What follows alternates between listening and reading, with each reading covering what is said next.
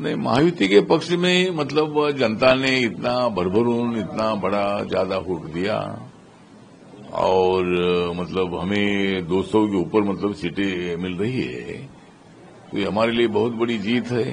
महाराष्ट्र की जनता का मैं आभार व्यक्त करता हूं, सभी जाति धर्म के लोगों का मैं आभार व्यक्त करता हूं और उन्होंने बहुत बड़ी जीत हमें दी है।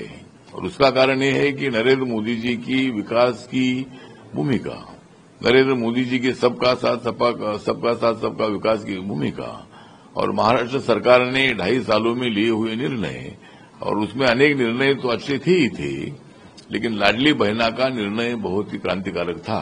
पूरे महिलाओं में, पूरे बहनों में बहुत ही अच्छा वातावरण था और इसीलिए इस वक्त जो टक्का बढ़ा था, मतलब लोकसभा के चुनाव के कंपैरिजन में मतलब विधानसभा में 65.39% वोटिंग हुआ था और इसीलिए उसका फायदा जरूर हमको होगा, ऐसा हमारा पूरा विश्वास था। उसके मुताबिक महायुति को कम से कम 213 तक तो अभी सीट दिखा रहे हैं, लेकिन हमें विश्वास है कि 225, 230 तक सीटें हमको आखिर तक मिल सकती है और एक बड़ी जीत हमारी है। और उसके पीछे नरेंद्र मोदी जी का विकास, उसके पहले लाडली बहना का निर्णय और कई निर्णय हमारी सरकार ने लिए थे, इसलिए जनता ने हमको वोट दिया है।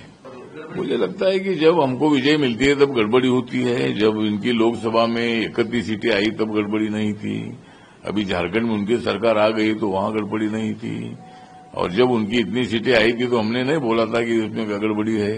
हमने तो हमारा पराभव मान्य कर दिया था कि भाई हमारी 17 सीटें आई थी, उनकी 31 सीटें चुनकर आई थी लोकसभा में। तो ये संजय राउत जी तो इसी तरह की फिजूल बातें करते रहते हैं। वो पढ़े लिखे हैं, पत्रकार है, संपादक है, लेकिन उनको मैंडेट मंजूर नहीं है, मतलब लोगों ने वोट किया है वो मंजूर नहीं है। जब उनको सफलता मिलती है तो ईवीएम मशीन अच्छी रहती है, जब हमको इतना सफलता मिलती है तो मशीन ठीक नहीं होती है, या मैंडेट ही मंजूर नहीं है, ऐसा संजय राउत का अगर कहना होगा तो मुझे लगता है कि भाई संजय राउत को देश में रहने का अधिकार नहीं है। उन्होंने मतलब मैंडेट को मंजूर करना चाहिए और हम मंजूर करते हैं। झारखंड में उनकी सरकार, इंडिया आघाड़ी की सरकार आ रही है तो हम उसको स्वीकारते हैं, लेकिन यहाँ की जो विजय है ये संजय राउत को और महाविकास आघाड़ी को मान्य नहीं है। तो मुझे लगता है कि महाविकास आघाड़ी के लोग उल्टा सीधा बोलते थे, महाविकास आघाड़ी के लोग गद्दार का उल्लेख करते थे, महाविकास आघाड़ी के लोग अदानी करते रहते थे, तो इसीलिए उनकी बड़ी हार हुई है। मुझे लगता है कि अदानी का और हमारा बीजेपी का कोई संबंध नहीं है, अदानी का नरेंद्र मोदी जी का कोई संबंध नहीं है। अदानी उनका धंधा देखे, अदानी कुछ गलती करेगा तो वो उनकी गलती अपना देखेगा, उससे हमारा कोई संबंध नहीं है। अदानी को इसको अरेस्ट करना है, अरेस्ट कर सकते हैं, उसमें हमको कोई दिक्कत नहीं है, लेकिन अदानी को हमारे साथ जोड़ना ठीक नहीं है। तो ये बार बार अदानी की बात करके लोगों को गुमराह करते हैं और यही विषय पर लोगों ने इनके खिलाफ वोटिंग किया है, क्योंकि लोगों को मालूम था कि नरेंद्र मोदी जी का और अदानी का कोई संबंध नहीं है और वो बिजनेसमैन है, उनका काम वो करते हैं, मोदी साहब उनका काम करते हैं। तो उल्टी सीधी बातें करने का उनको बड़ा नुकसान हुआ है। तो इसीलिए मुझे लगता है कि उन्होंने सोचकर राजनीति करनी चाहिए, ऐसी गलत राजनीति करने से बहुत बड़ा नुकसान होता है। ये महाविकास आघाड़ी के लोगों के ध्यान में आना चाहिए। हाँ, तो मतलब जो असली शिवसेना और नकली शिवसेना कौन सी है, ये इलेक्शन कमीशन ने पहले बताया था कि जिसके पास मेजोरिटी है, जिसके पास 56 एमएलए में से 40 एमएलए एकनाथ शिंदे जी के साथ है, तो एकनाथ शिंदे जी को तीर कमान जो सिंबल था वो मिला था, धनुष बाण सिंबल मिला था। उसी तरह अजित दादा पवार जी को मतलब 54 एमएलए में से 42 एमएलए अजित दादा के साथ आई थी, तो इसीलिए असली राष्ट्रवादी कांग्रेस पार्टी अजित दादा की है, ये इलेक्शन कमीशन ने बताया था। लेकिन अभी लोगों ने बताया है कि भाई असली शिवसेना कौन सी है, असली राष्ट्रवादी कांग्रेस कौन सी है, ये लोगों ने मैंडेट दे दिया है। और अभी असली शिवसेना एकनाथ शिंदे की है, असली राष्ट्रवादी कांग्रेस पार्टी अजित दादा पवार जी की है। हाँ, मतलब जिस तरह रिपब्लिकन पार्टी को 2 सीटें मिली थी, एक कालीना की एक सीट है और धारावी की सीट है, ये दोनों भी सीट शायद हमारी चुनकर आ रही है। और रिपब्लिकन पार्टी को सत्ता में भागीदारी मिलनी चाहिए। ये बात हमने पहले से की थी, हमको वादा किया था माननीय देवेंद्र फडणवीस जी ने, और कल भी हमारी उनके साथ बात हुई है।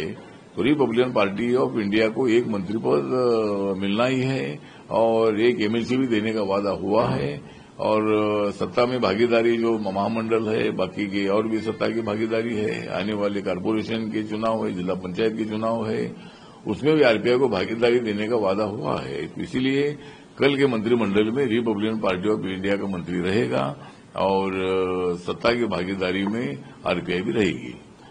हाँ, तो मुख्यमंत्री पद के लिए तो ऐसा है कि जिस तरह देवेंद्र फडणवीस जी को 5 साल का मुख्यमंत्री पद का अनुभव रहा है, एकनाथ शिंदे जी को 2.5 साल का अनुभव रहा है, अजीत दादा पवार जी 4-5 बार डिप्टी सीएम रहे हैं, उनकी भी बहुत तीव्र इच्छा है। तो ये तीनों में से मुख्यमंत्री एक बनेगा, तो उसमें कौन बनेगा मुख्यमंत्री? तो महायुति का बनेगा, ये तो तय हो चुका है। कौन बनेगा ये फैसला माननीय नरेंद्र मोदी साहब और अमित शाह साहब लेंगे, और बहुत ही जल्द, शायद आज या कल उनकी मीटिंग हो जाएगी और उसमें मुख्यमंत्री पद का चेहरा तय हो जाएगा। और जो भी निर्णय माननीय नरेंद्र मोदी साहब और अमित शाह लेते हैं वो हमें मंजूर होगा। ठीक है, बाकीच्या लोकांना बाहेर बसू दे, बाकीच्यांना सर आता हे जो हा विजय मिळालेला आहे त्याच्यामध्ये लोकांनी पाहिलेला आहे या निवडणुकीमध्ये महाराष्ट्राचा विकास, लोकांनी पाहिलेला आहे या निवडणुकीमध्ये नरेंद्र मोदींनी केलेला महाराष्ट्राचा विकास। इसीलिए आणि त्यामुळे आम्हाला दिसत आहे महायुतीच्या विजयाचा प्रकाश। आज आम्हाला दिसत आहे निळं निळं आकाश, आज आम्हाला दिसत आहे निळं निळं आकाश।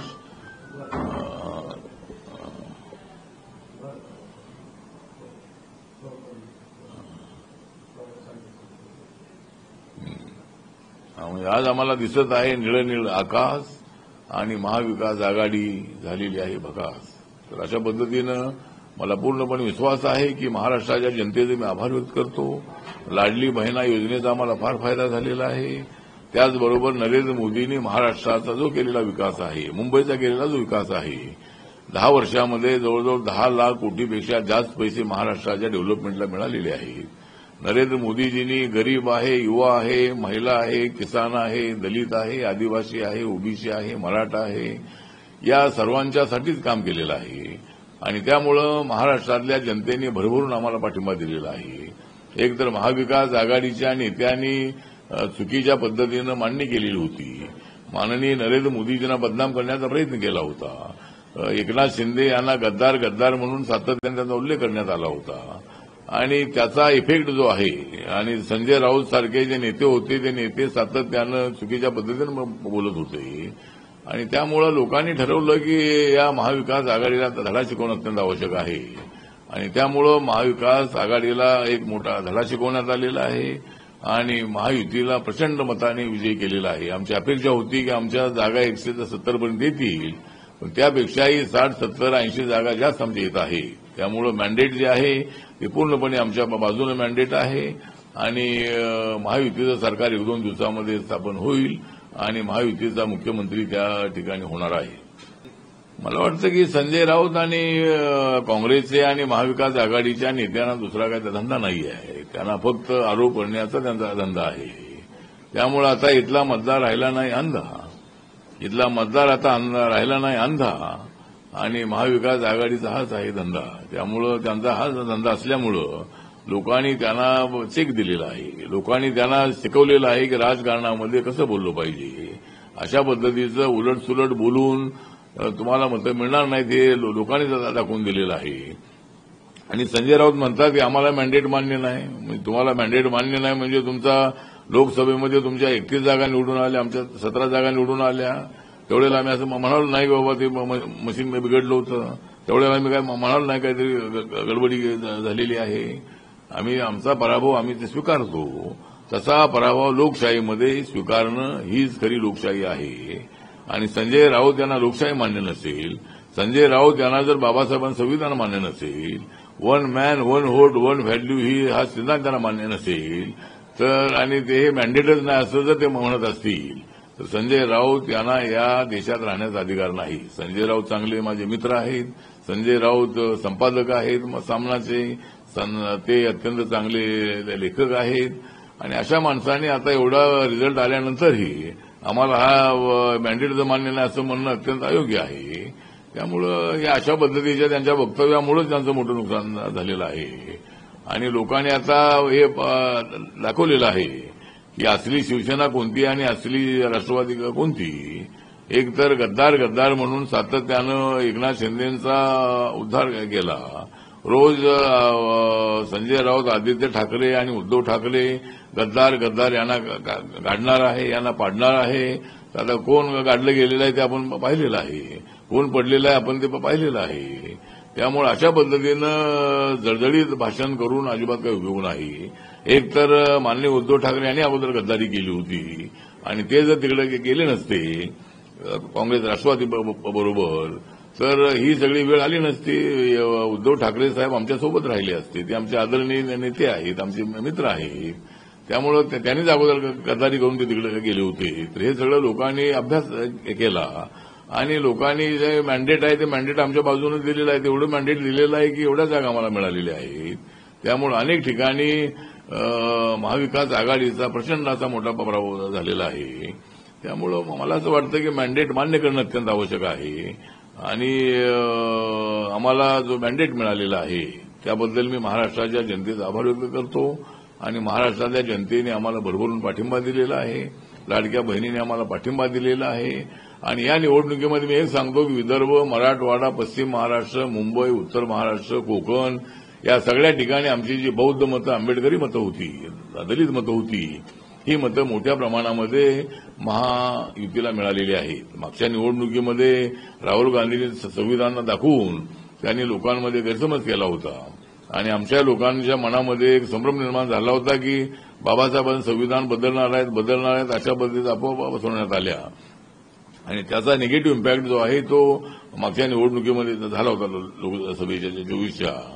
पण आता लोकांच्या लक्षात आलेलं आहे की बाबासाहेबांचं संविधान कोणाच्या बापाचा बापी बदलू शकत नाही. त्यामुळे राहुल गांधी खोटा प्रचार करतायत हे लोकांच्या लक्षात आल्यामुळं आमचा दलित आणि बौद्ध समाज, आंबेडकरी समाज हा मोठ्या संख्येनं महायुतीसोबत राहिला आणि त्याचप्रमाणे मुस्लिम समाज जो आहे मुस्लिम समाजातली बरीचशी मतं आम्हाला मिळालेली आहे. त्यामुळे आमचा हा प्रचंड अशा पद्धतीचा विजय आहे. त्यामुळे सगळ्या मतदारांचं मी हार्दिक आभार व्यक्त करतो आणि लवकरच आमचं सरकार 1-2 दिवसांमध्ये बनेल आणि त्या सरकारमध्ये आरपीआयचा एक मंत्री असेल असा मला पूर्णपणे विश्वास आहे. आता मुख्यमंत्र्याच्या संबंधामध्ये असं आहे की आता हे तिघेजण जे आहेत एकनाथ शिंदे, देवेंद्र फडणवीस आणि अजितदादा पवार या तिघांनी जाहीर केलेलं आहे की आम्ही मुख्यमंत्री पदाच्या रेसमध्ये नाही. एकदा आम्हाला बहुमत मिळालं की आम्ही एकत्र बसू आणि आम्ही कोण मुख्यमंत्री असेल, कोण उपमुख्यमंत्री असेल या संबंधाचा निर्णय आम्ही घेऊ असं तिघांनी जाहीर केलेलं आहे. आता उद्या किंवा परवा मला वाटतं उद्या किंवा आज रात्रीही माननीय आमचे नरेंद्र मोदी जे प्रधानमंत्री आहेत आणि अमित शहा आहेत त्यांच्यासोबत चर्चा करून मला वाटतं की निर्णय जो आहे तो आज उद्या निर्णय होईल आणि तिघांमधलं कुणी मुख्यमंत्री झालं तरी तो महायुतीचाच मुख्यमंत्री असेल आणि तो मुख्यमंत्री आम्हाला मान्य असेल.